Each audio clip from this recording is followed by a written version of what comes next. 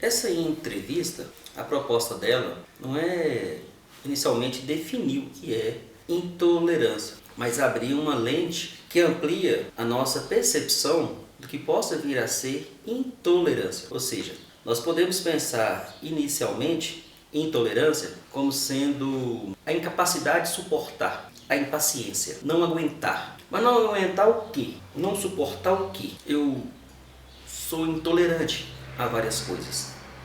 Em contrapartida, eu também tolero algumas coisas. Quando você amplia essa percepção, a gente começa a pensar que a intolerância ela vai surgir da nossa incapacidade de entender o outro, ou de não querer entender o outro, ou de não se colocar no lugar do outro, porque o outro me faz pensar. O outro me retira da minha zona de conforto.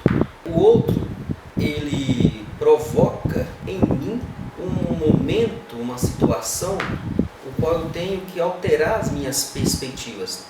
Eu tenho que rever os meus valores. Eu tenho que rever a minha estrutura. Isso dói. O outro incomoda, como diz o Sartre. O outro é o meu inferno.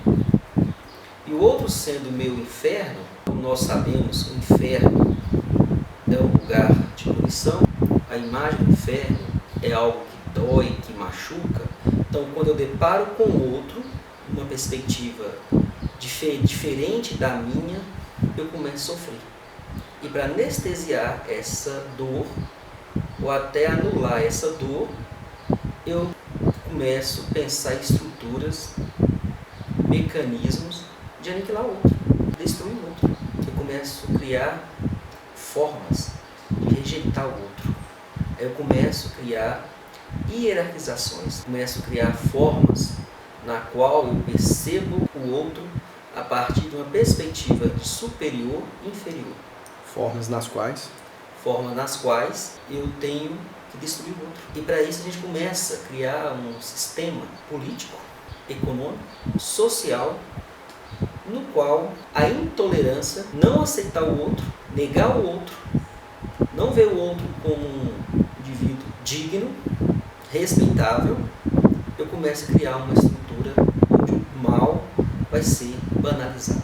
Eu começo a não ficar estranho com a violência aos idosos, às crianças, às mulheres. Eu aceito a intolerância às outras formas de pensar e de manifestar a sua existência no mundo, as manifestações religiosas, manifestações estéticas.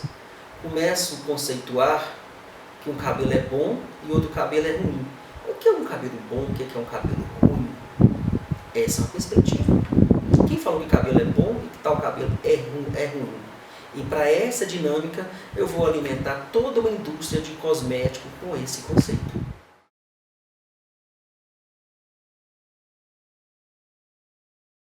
Interessante pensar na dimensão humana que os humanos não são determinados. Existem algumas correntes de pensamentos que entendem que existe um determinismo, mas por um recorte para desenvolver esse raciocínio, hoje eu prefiro trabalhar com a questão: o ser humano não é determinado, mas ele é condicionado. Eu posso pensar quais os condicionantes materiais, quais os condicionantes existenciais, quais os condicionantes culturais na construção de um código. E esse código eu posso entender como moral, comportamento de determinada cultura, de determinado grupo social, de determinado povo. Nós, humanos, somos seres culturais. E a cultura é a forma como nós construímos a nossa realidade e a lente como nós vamos perceber e interpretar o mundo.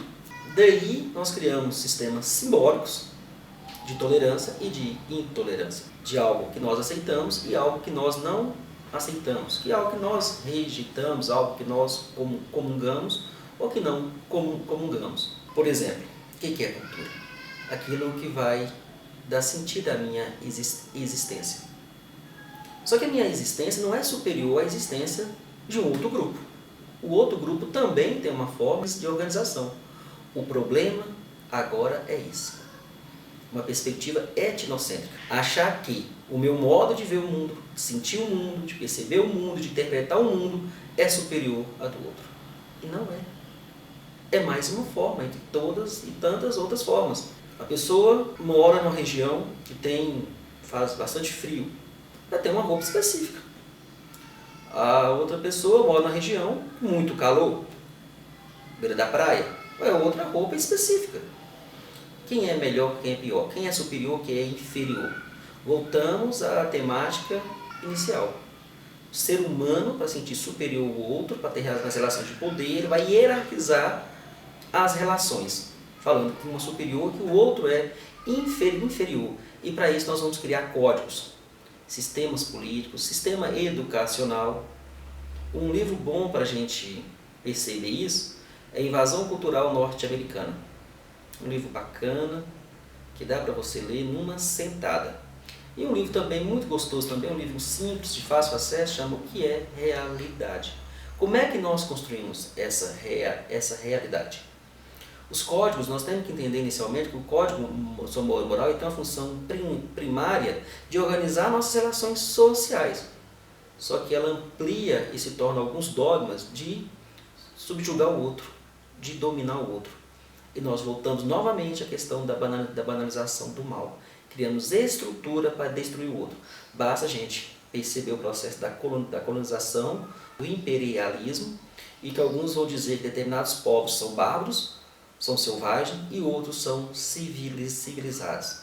E essa noção de falar que eu sou civilizado e vou levar o meu modo de vida para um outro povo, isso é uma questão de intolerância, é de não perceber o outro tal qual como é, mas como eu gostaria que ele fosse. Porque a nossa sociedade ocidental se pauta em um referencial, o progresso tecnológico, o avanço tecnológico. Outras culturas já se pautam na questão da sustentabilidade, em outro viés.